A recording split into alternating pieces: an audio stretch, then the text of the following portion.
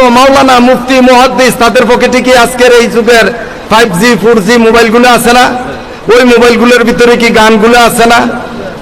না নাই, ওরা পকেটে নিয়ে আসে, পকেটে গানের মেশিন পকেটে নিয়ে হাঁটে, আবার মুখ দিয়ে বলে কুল্লু গিনানুল হারাম, সমস্ত গান।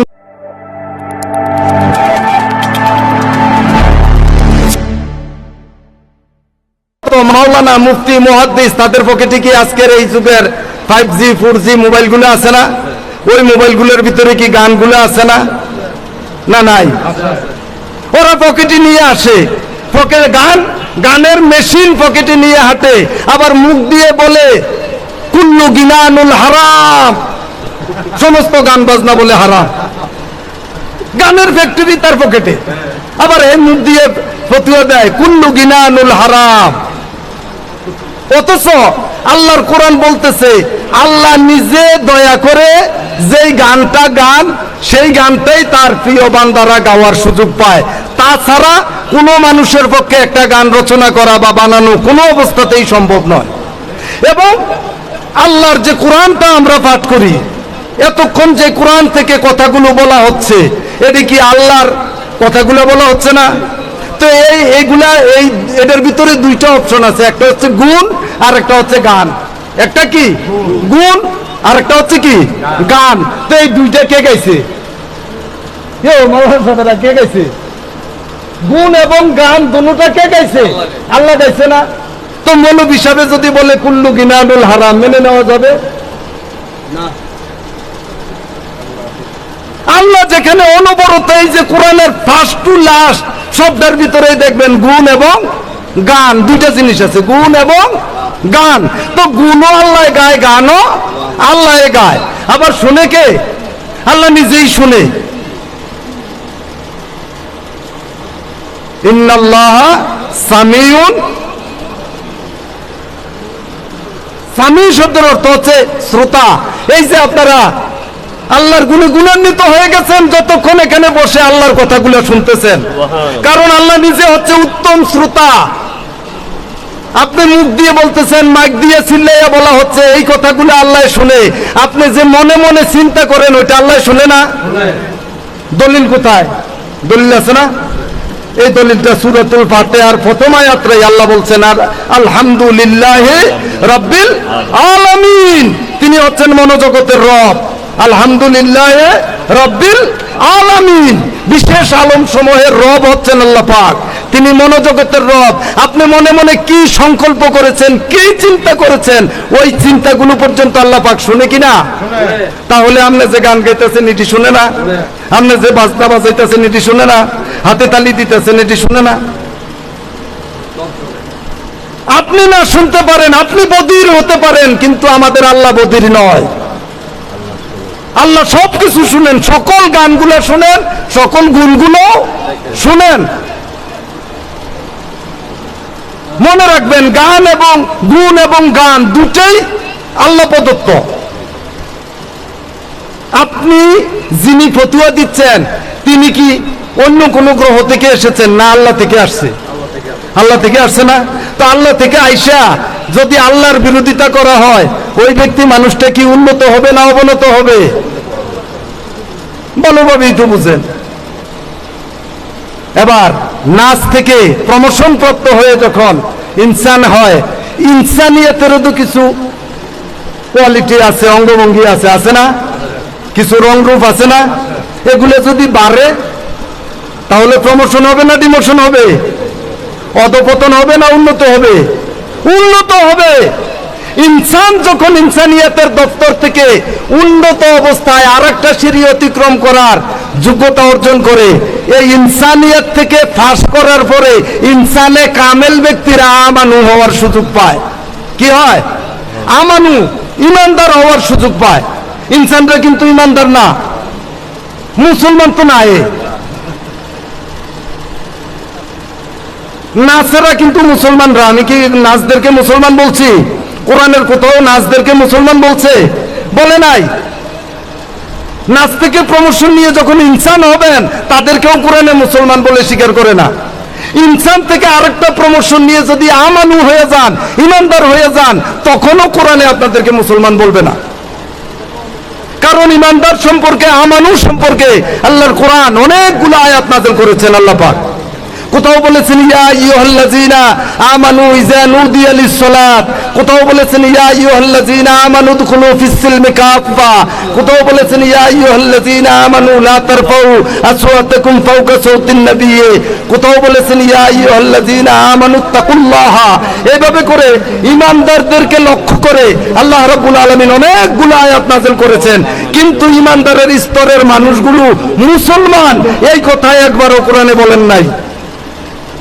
ইমানদারের জন্য কিন্তু নামাজ আছে, ইমানদারের সালাত আছে, ইমানদারের যাকাত আছে, ইমানদারের হজ আছে, ইমানদারের কুরবানি আছে, ইমানদারের সবকিছু আছে, কিন্তু ইমানদারদেরকে কোরআন মুসলমান বলে স্বীকৃতি দেয় না। যদি দিত তাহলে ইমানদারদেরকে লক্ষ্য করে আল্লাহ পাক বলতেন না যে ইয়া আইয়ুহাল্লাযীনা আমানুত্তাকুল্লাহা হাক্কা তুকাতিহি ওয়া লা তামুতুন্না ইল্লা ওয়া আনতুম মুসলিমুন। হে ইমানদারেরা, তোমরা মুসলমান হও, এই কথা কি বলতেন? যেহেতু ইমানদারদেরকে লক্ষ্য করে বলা হয়েছে তোমরা মুসলমান হও, তাহলে কি পরিষ্কার বোঝা যায় না যে ইমানদাররা এখনো মুসলমান হয় নাই? যদি হইতো তাহলে তো আবার হওয়ার কথা বলেন না, কি বলে নাকি? তো আল্লাহ যেহেতু বলতেছেন ইয়া আইয়ুহাল্লাযীনা আমানুত্তাকুল্লাহা হাক্কা তুকাতিহি ওয়া লা তামুতুন্না ইল্লা ওয়া আনতুম মুসলিমুন, তোমরা হে ঈমানদারেরা তোমরা মুসলমান হও, তাহলে বুঝা গেল কি ঈমানদাররা এখনো মুসলমান হয় নাই। যদি হইতো তাহলে মুসলমান হওয়ার তাগিদ আসতো না। এবার দেখেন এই ঈমানদারেরা, ঈমানদারের জন্য কিন্তু সিয়ামের ব্যবস্থা আছে। ইয়া আইয়ুহাল্লাযীনা আমানু কুতিবা আলাইকুমুস সিয়াম, সিয়ামের ব্যবস্থা আছে। কেন সিয়াম করবে ঈমানদারেরা? মুসলমান হওয়ার জন্য। কিসের জন্য সিয়াম করবে? মুসলমান হওয়ার জন্য। ঈমানদারদের জন্য অর্ডার আছে ইয়া আইয়ুহাল্লাযীনা আমানু ইযা নুদিয়া লিস-সালাত, ঈমানদারদের সালাতের অর্ডার আছে, হুকুম আছে।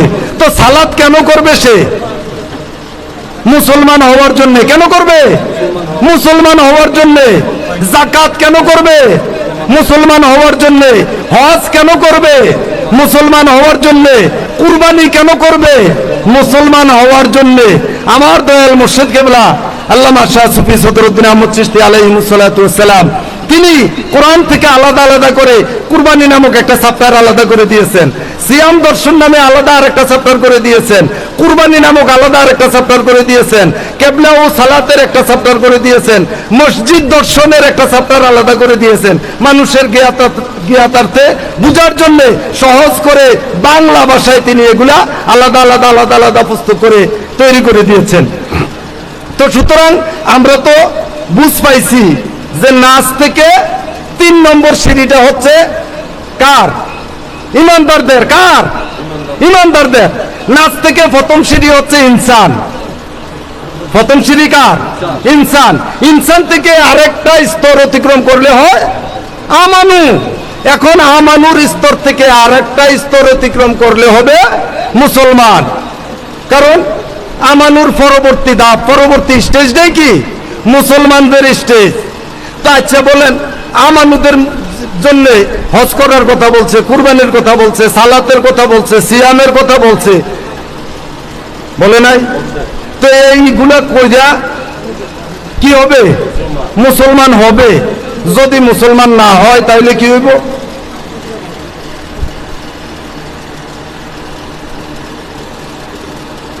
নিম্নগামী হবে।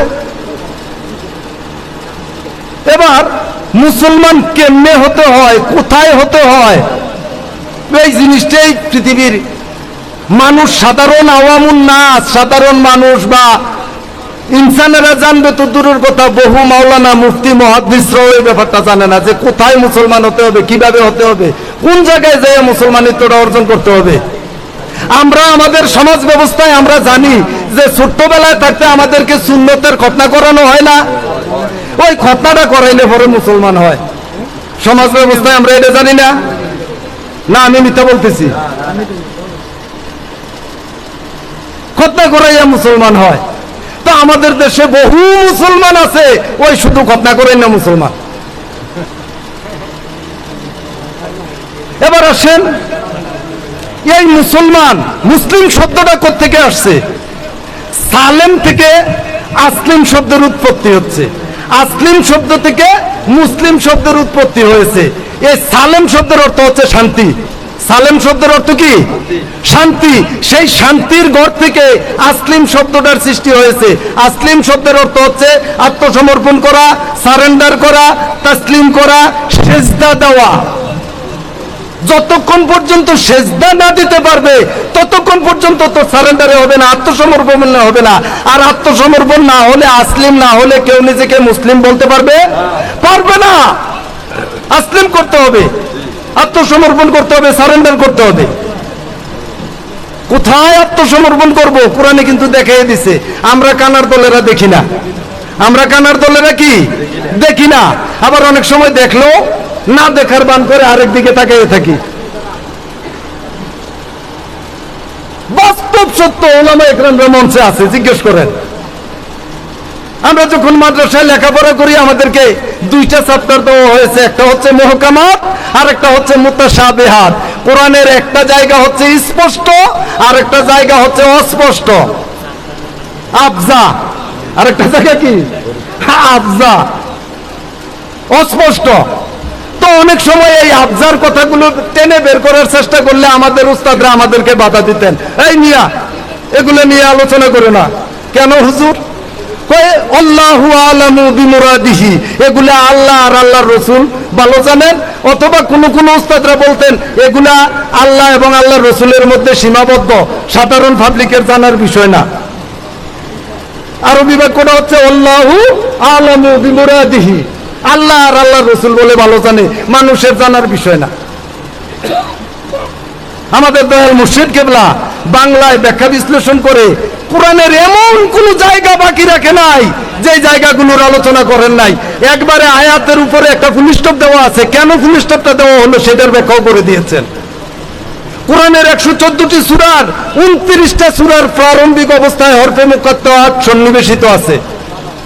হরফে মুকাত্তাআত যেটা সাংকেতিক অক্ষর বলা হয়, যেমন সূরাতুল বাকারার শুরুতে হচ্ছে আলিফ লাম মিম, আরেকটা সূরার মধ্যে আছে আলিফ লাম রা, আরেকটা সূরার মধ্যে আছে হামিম। হামিম সিরিজের 7টা সূরা আছে। হামিম সিরিজের কয়টা? 7টা। হামিম অর্থাৎ হামদে মুহাম্মদ, মুহাম্মদ সাল্লাল্লাহু আলাইহি সাল্লামের প্রশংসা করে আল্লাহ পাক 7টি সূরা নাযিল করেছেন। আর ওই 7টা সূরার শুরুতেই আপনারা দেখবেন হামিম, অর্থাৎ হামদে মুহাম্মদ, মুহাম্মদের প্রশংসায় ভরপুর ওই সূরাগুলোর ভিতরে। কিন্তু এই হরফে মুকাত্তাআতের ব্যাখ্যা আলেম ওলামারা জানতেও চায় না, বলতেও চায় না, জানলেই না বলবে, জানতেই চায় না। ওইগুলো আল্লাহ আর আল্লাহর রাসূল জানে, মানুষের এটা জানার বিষয় না। তো এই মুহাম্মদ সাল্লাল্লাহু আলাইহি সাল্লামের প্রশংসায় পঞ্চমুখ হয়ে আল্লাহ নিজে তার গুণ এই 7টা সূরার মধ্যে বর্ণনা করেছেন, ওয়াজ করেছেন, ব্যাখ্যা করেছেন এবং গানের সুরে তিনি গাইও শোনাইয়া দিয়েছেন জগৎবাসীকে। বুঝতে পারছেন? তাহলে আল্লাহর গুণ এবং গান কখনো হারাম হবে? কখনো নয়। এবার জগতের লক্ষ কোটি আলেম ওলামারা এক বাক্য যদি বলে কুল্লু গিনানুল হারাম, আমরা কি সেটা শুনবো? আমরা সেটা শুনতে রাজি না। এই যে আজকে এখন এই আলোচনার কিছুক্ষণ পরেই দেখবেন আল্লাহ পাকের মেহেরবানিতে সামাকাওয়ালি শুরু হবে, বাপ জগতে প্রবেশ করবেন, দেখবেন মনের ভিতরে আল্লাহর গান শোনা যায় কি না, দেখবেন, শুনতে পাবেন, একটু খেয়াল করলেই শুনবেন। এবার ইনসান থেকে আরেকটু সময় নেই, ইনসান থেকে প্রমোশন নিয়ে কোথায় যাবে? মুসলমানদের দপ্তরে। কোথায় যাবে? মুসলমানদের দপ্তরে। এই মুসলমান সম্পর্কে কোরআনে কিন্তু অনেক জায়গায় বলছেন। হযরতে নূহ নবিউল্লাহ তিনি তার সন্তানদেরকে বলছেন, বাবারা খবরদার মুসলমান না হইয়া মৃত্যুবরণ করিও না। সূরা লুকমানের মধ্যে হযরত লুকমান আলাইহিস সালাম তার সন্তানদেরকে বলছেন, বাবারা খবরদার মুসলমান না হইয়া কবরে যাইও না। মুসলমান না হইয়া কি কবরে যাইও না। কোরআনের কথা। আমি কিন্তু যতক্ষণ আলোচনা করতেছি আল্লাহর কোরআনের বাহিরে তেমনটা যাওয়া লাগে নাই, প্রতিটা কথাই কোরআন থেকে চেষ্টা করছি। মহান মনিব দয়া করে যা অবতীর্ণ করেন তাই বের হয়ে আসছে। এটা হচ্ছে আমাদের সৌভাগ্য। এটা কি আমাদের সৌভাগ্য? আমরা আল্লাহ পাকের পক্ষ থেকে যা অবতীর্ণ হচ্ছে আজকে আমরা তাই পাচ্ছি, তাই দেখতে পাচ্ছি, তাই শুনতে পাচ্ছি, এবং এগুলোর উপরে নিজেদেরকে ডেভেলপ করে প্রতিষ্ঠিত করে মারেজ নামক সিঁড়িটা অতিক্রম করে আমরা দিদারে এলাহি করতে চাই কি চাই না? সবাই চান? সবাই চাইলে সবাই দেখতে পাবেন। এবার তাসলিম করে সেজদা না দেওয়া পর্যন্ত কোনো ব্যক্তি মানুষ মুসলমান হতে পারবে না, এই কথাও গাভীর সূরার ভিতরে আল্লাহ পাক বলে দিয়েছেন। ওই সূরা বাকারা, বাকারুন 17 গাভী মনে আছে তো? সূরাতুল বাকারা অর্থাৎ গাভীর প্রেসক্রিপশন বা গাভীর ব্যবস্থাপত্র, ওইটার ভিতরে মানুষের কথা বলা আছে। তার হাকিকতি রূপটা হচ্ছে মানুষের মধ্যে একদল মানুষ আছে গাভী মার্কা মানুষ। আসলে কিন্তু আমরা ফার্মে যে গরু ছাগলগুলো পালি ওই গাভীর কথা বলা হয় নাই, মানুষের মধ্যে গরু মার্কা গাভী মার্কা মানুষ আছে, ওই মানুষগুলোর কথা বলছে।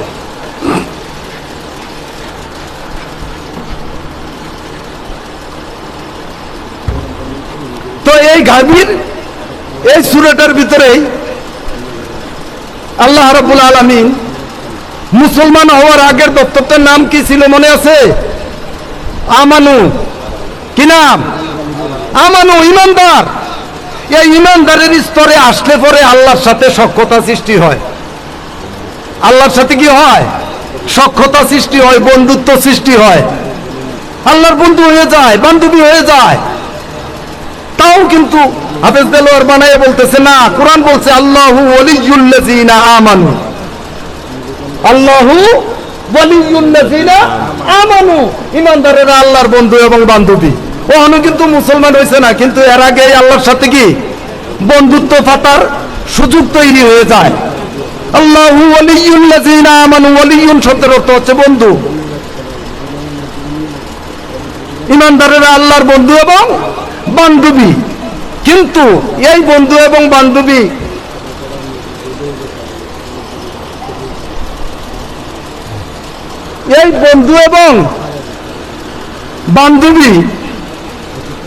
কেমন?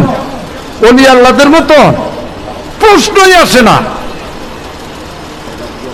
কেউ যদি মনে করে ইমানদারেরা আল্লাহর বন্ধু বান্ধবী হয়ে গেছে, আল্লাহর বন্ধু হয়ে গেছে ওলি আল্লাহদের উপরে, মানে ওই ইমানদারের কাতার থেকে নাম কাটা যাবে।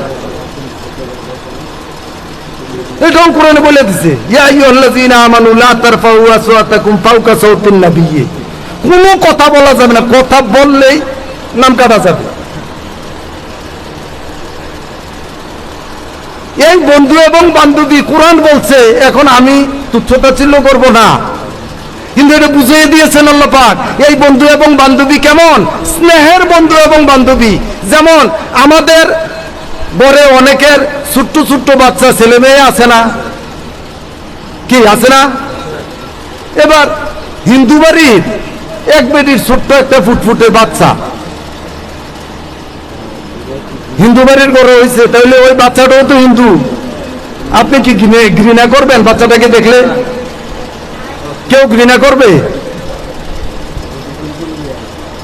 বাচ্চাদেরকে কেউ ঘৃণা করে না, স্নেহ করে, আদর করে, আদরণীয় বাচ্চা অবস্থায়। এই বাচ্চাটা আচ্ছা মানুষের না হোক, ছোট্ট একটা মেরার বাচ্চা, কেউ কি আছাড় দিয়ে মাইরে ফেলবে? না, কোলে নিয়ে আদর করবে। ছোট্ট একটা কবুতরের বাচ্চা আদর করবে না আছাড় দিয়া মেরে ফেলবে? আদর করবে না? বাচ্চাদের প্রতি, অর্থাৎ যার বাচ্চাই হোক, মানুষের বাচ্চা হোক, গরু ছাগলের বাচ্চা হোক, জীবজন্তুর বাচ্চা হোক, যাই হোক, সকল বাচ্চাদের প্রতি অকপটে মানুষের কি ভালোবাসা আছে না? সকল মানুষের। একটা ডাকাতের কোলে যদি সুন্দর একটা বাচ্চা নিয়ে দেন, সে কি আছাড় দিয়ে মেরে ফেলবে? ওই ডাকাতও বাচ্চাটাকে চুমু দিবে, আদর করবে, করবে না? ঠিক ইমানদাররা হচ্ছে আল্লাহ পাকের এইরকম বন্ধু এবং বান্ধবী। ক্লিয়ার বিষয়টা?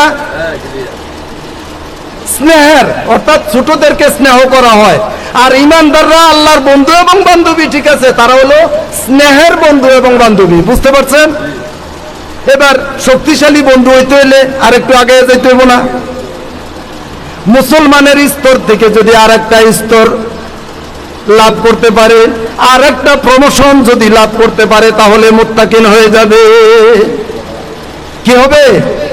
মুত্তাকিন হয়ে যাবে। মুত্তাকিন থেকে যদি আরেকটা প্রমোশন নিতে পারে তাহলে মুরসালিন হয়ে যাবে। মুরসালিন থেকে যদি আরেকটা প্রমোশন নিতে পারে তাহলে সাদিকিন হয়ে যাবে। মুরসালিন থেকে আরেকটা স্তর উপরে যেতে পারলে কি হবে? সাদিকিন হয়ে যাবে। সাদেক সত্যদ্রষ্টা, সত্য এবং মিথ্যা দেখতে পাবে। সাদাকাত প্রাপ্ত হয়ে যাবে, সাফাই হয়ে যাবে, সুফি হয়ে যাবে, সত্যদ্রষ্টা হয়ে যাবে। তিনি আর অজ্ঞানতার অন্ধকার আচ্ছন্নতার মধ্যে আচ্ছন্ন থাকবে না। তিনি অলওয়েজ আলোকিত হয়ে যাবে, সর্বসময় আলোকিত। এজন্যই কামেল মুর্শিদগণ হচ্ছেন সর্বকালে সর্বযুগে কামেল মুর্শিদগণ হচ্ছেন আলোকিত মহাপুরুষ। তারা কি আলোকিত মহাপুরুষ? দৈহিকভাবে নারী হইলেও তাকে কোরআন পুরুষ বলে আখ্যায়িত করেছেন। হযরতে মরিয়ম ঈসা নবীর মা, কোরআনে তার সম্পর্কে বলছে তিনি একজন পুরুষ। হযরতে আসিয়া ফেরাউনের স্ত্রী, কোরআনে তাকেও পুরুষ বলে আখ্যায়িত করেছেন। হযরতে মা খাদিজা, আমার দয়াল রাসূল করিম সাল্লাল্লাহু আলাইহি সাল্লামের প্রথম স্ত্রী, তাকেও কোরআন পুরুষ বলে আখ্যায়িত করেছেন। হযরতে মা ফাতেমাতুজ জাহরা, তাকেও কোরআন পুরুষ বলে আখ্যায়িত করেছেন। কিন্তু দৈহিকভাবে তারা নারী। দৈহিকভাবে কি তারা নারী, কিন্তু কোরআন তাদেরকে পুরুষ বলে আখ্যায়িত করেছেন। শুধু পুরুষে নয়, পুরুষোত্তম সত্তা। যে কথা কবি নজরুল বলেছেন, আমি উত্তম পুরুষোত্তম সত্তা। তারা পুরুষ সত্তা, দৈহিকভাবে নারী হলো। এবার সাদিকিন পর্যায়ে যারা উন্নত হয়ে যায়, তারা সাদেক হয়ে যায়, তাদের সম্পর্কে একটা সূরা রয়েছে। ওই সূরাটার শুরুতেই সুয়াদ নামক অক্ষরটা লাগানো আছে। ওই সূরাটার শুরুতেই কি সুয়াদ অক্ষরটা লাগানো আছে। সুয়াদ অক্ষরটার গুণ হচ্ছে সাফাই, সুফি। শুদ্ধি কর্মে যারা উন্নতি লাভ করে ওই মানুষগুলো সুফি হয়। আর ওই মানুষগুলোর গুণটা হচ্ছে সুয়াদ অক্ষরের গুণ।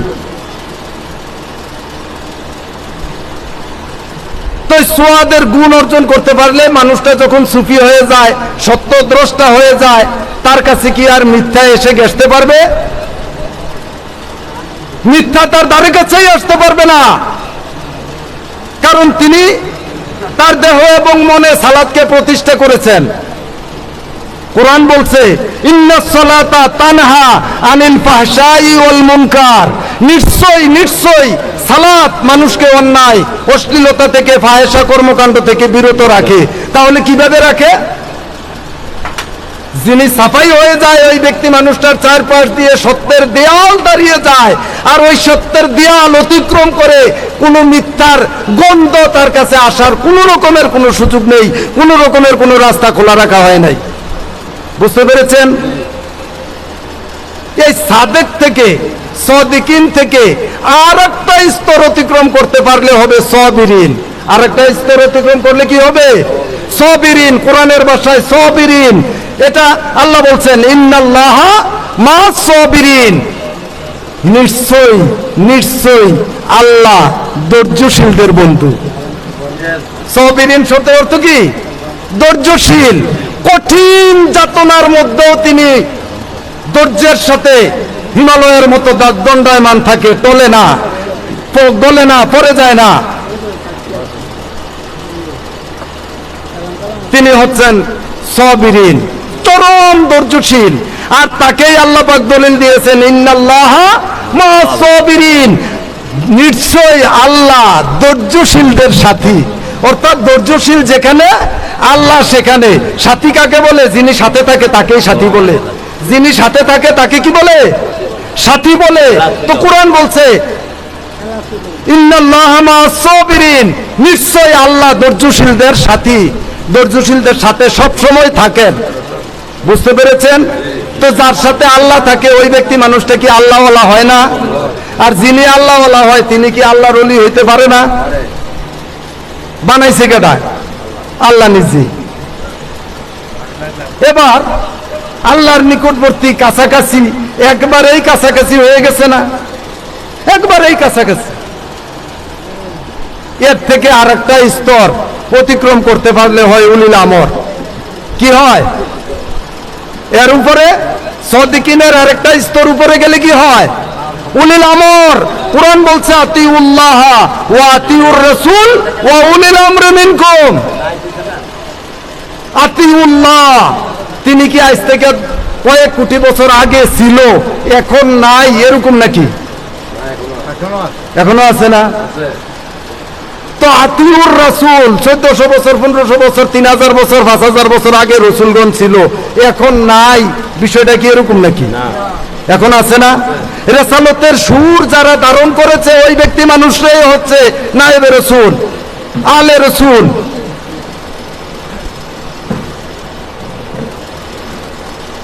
এখনো আছে, ভবিষ্যতেও থাকবে রাসূলগণ।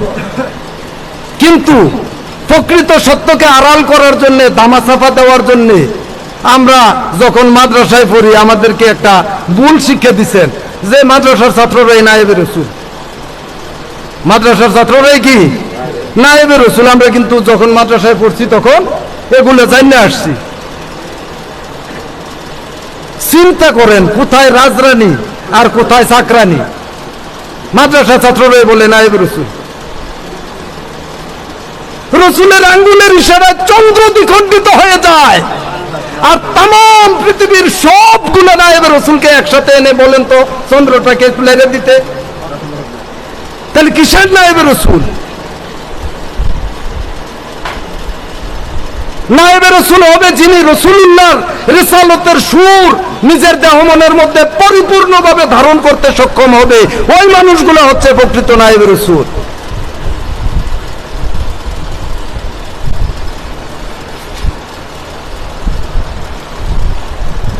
এবার এই উলিল আমর, এর উপরে হচ্ছে রসুলদের স্তর। আপনি সেই স্তরেও যেতে পারবেন চাইলে, না আপনার জন্য দরজা বন্ধ? দরজা খোলা আছে। এর উপরে যদি আরো যেতে চান তাও আছে, ব্যবস্থা আছে। চরম পর্যায়ে হচ্ছে মাকামে মাহমুদা, রবের মুকাম। সেই মুকাম পর্যন্ত যাওয়ার সুযোগ আপনাদের সকলের রয়েছে, আমার সম্মানিত মায়েদেরও রয়েছে, বাবাদেরকেও রয়েছে, সবার জন্য রয়েছে। কিন্তু যদি আপনি যেতে চান, না যেতে চাইলে যাওয়া হবে? আপনি যেতে চাইলে সেখান পর্যন্ত মাকামে মাহমুদা লা মুকাম পর্যন্ত আপনি যেতে পারবেন, সুযোগ রয়েছে। কিন্তু যাওয়ার জন্য যে রাস্তা আল্লাহ পাক দেখিয়ে দিয়েছেন, ওয়াতাসিমু বিহাবলিল্লাহি জামিআন ওয়া লা তাফাররাকু। হাবলুন শব্দের অর্থ হচ্ছে রশি, আর হাবলুল্লাহ শব্দের অর্থ হচ্ছে আল্লাহর রশি। সেই আল্লাহর রশি প্রলম্বিত করে দেওয়া হয়েছে, সারা ওয়ার্ল্ডের মধ্যে রয়েছে। সেই রশিতে ধরবেন তো আল্লাহ পর্যন্ত পৌঁছে যাবেন। আমি যে বলছিলাম আল কিতাব, জীবন্ত কোরআন, এই যে পাশে আছে, আপনি দরবার শরীফের সাজরা শরীফ আছে না, সাজরা মুবারক,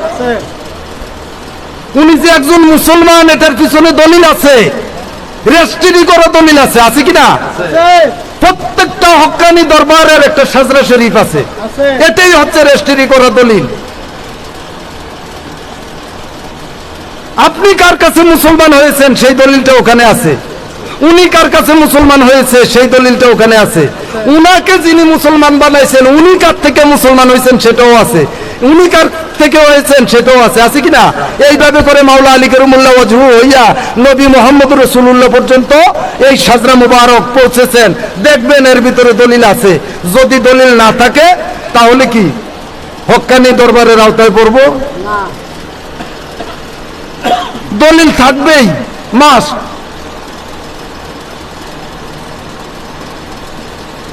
আমি মাদ্রাসায় লেখাপড়া করছি, মুসলমান দাবি করতে পারবো? সুযোগ নাই। অনেকে হয়তো বলতে পারে যে আরে মেয়ে কি বলতেছে, পাগলের মতো না বলতা বল, আমার বাপ দাদা 14 গোষ্ঠী সবাই তো মুসলমান, আমরা তো জন্মগত ভাবেই মুসলমান, জন্মই হয়েছি মুসলমানের ঘরে, আমরা জন্মগত ভাবেই তো মুসলমান। অনেকে কিন্তু এরকম আবল তাবল বলবে। কিন্তু যদি মুসলমানের ঘরে জন্ম নেওয়ার সুবাদেই মুসলমান হয়ে যেত তাহলে নূহ নবিউল্লাহ তিনি কিন্তু তার সন্তানদেরকে মুসলমান হওয়ার তাগিদ দিতেন না।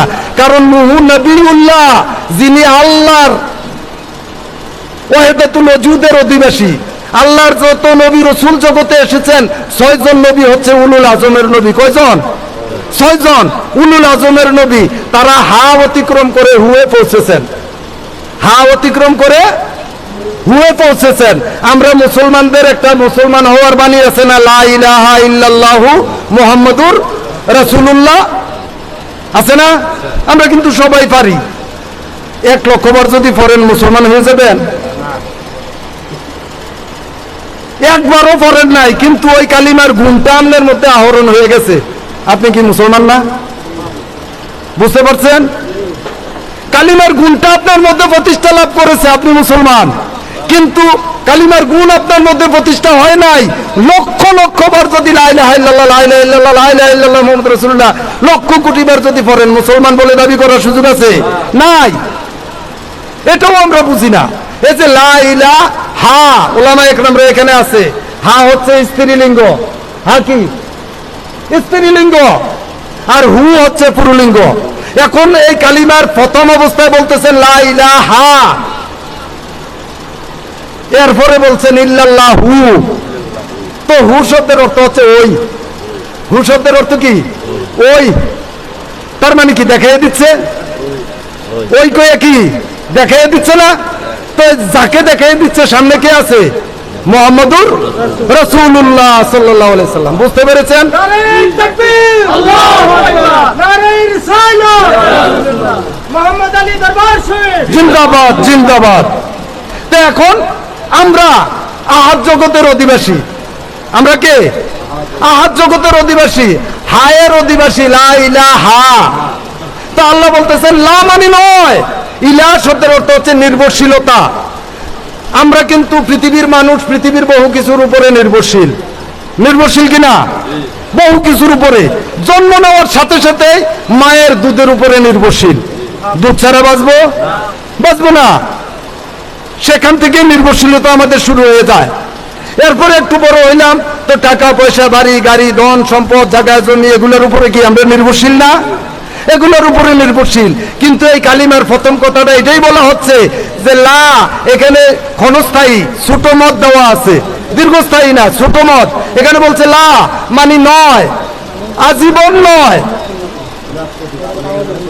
এই প্রকৃতি ইলার উপরে আজীবন নির্ভরশীল হয়ে থাকিও না। নির্ভরশীল হও কোথায়? ইল্লাল্লাহু কয়ে দেখাই দিচ্ছে। নির্ভরশীল হও কোথায়? মুহাম্মদুর রাসূলুল্লাহ সাল্লাল্লাহু আলাইহি সাল্লামের উপর। তো এই গুণটা যারা অর্জন করেছেন, সর্বপ্রথম আদম সফিউল্লাহ। কে? আদম সফিউল্লাহ। তার কালিমা হচ্ছে লা ইলাহা ইল্লাল্লাহু আদম সফিউল্লাহ। 2 নম্বরে এই গুণ অর্জন করেছেন নূহ নবিউল্লাহ। ওনার কালিমা হচ্ছে লা ইলাহা ইল্লাল্লাহু নূহ নবিউল্লাহ। 3 নম্বরে আসছে ইব্রাহিম খলিল, লা ইলাহা ইল্লাল্লাহু ইব্রাহিম খলিলুল্লাহ। 4 নম্বরে আসছে মুসা আলাইহিস সালাম, লা ইলাহা ইল্লাল্লাহু মুসা কালিমুল্লাহ। 5 নম্বরে হচ্ছে হযরত ঈসা আলাইহিস সালাম, লা ইলাহা ইল্লাল্লাহু ঈসা রূহুল্লাহ। 6 নম্বরে আসছে মাওলানা মুহাম্মদুর রাসূলুল্লাহ আলাইহিস সালাম।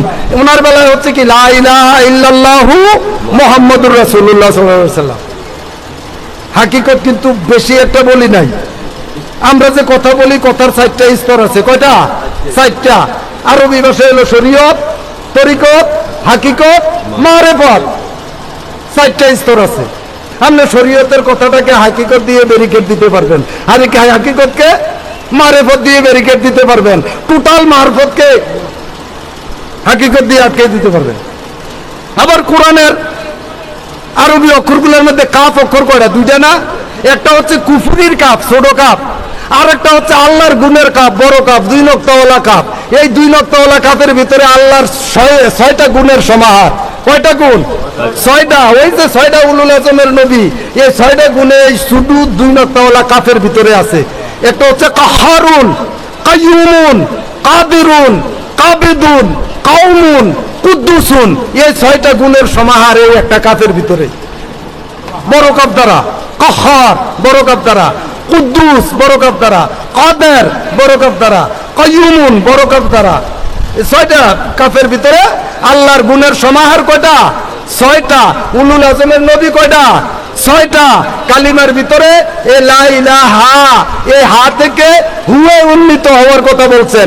আর হুয়ে যারা উন্নীত হয়ে গেছে এদের মধ্যে আল্লাহ 6 জনকে দেখাইয়া দিয়েছেন, কিন্তু অনবরত আছে কি নাই? তখনও ছিল, এখনো আছে, ভবিষ্যতেও থাকবে।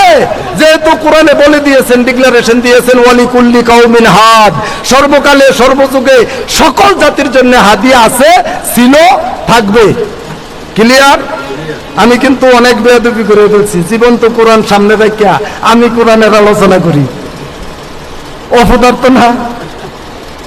তা আমরা জীবন্ত কোরআন থেকে আজকে যেটুকুই হোক, মহান মনিব দয়া করে যতটুকু অবতীর্ণ করবে ততটুকুই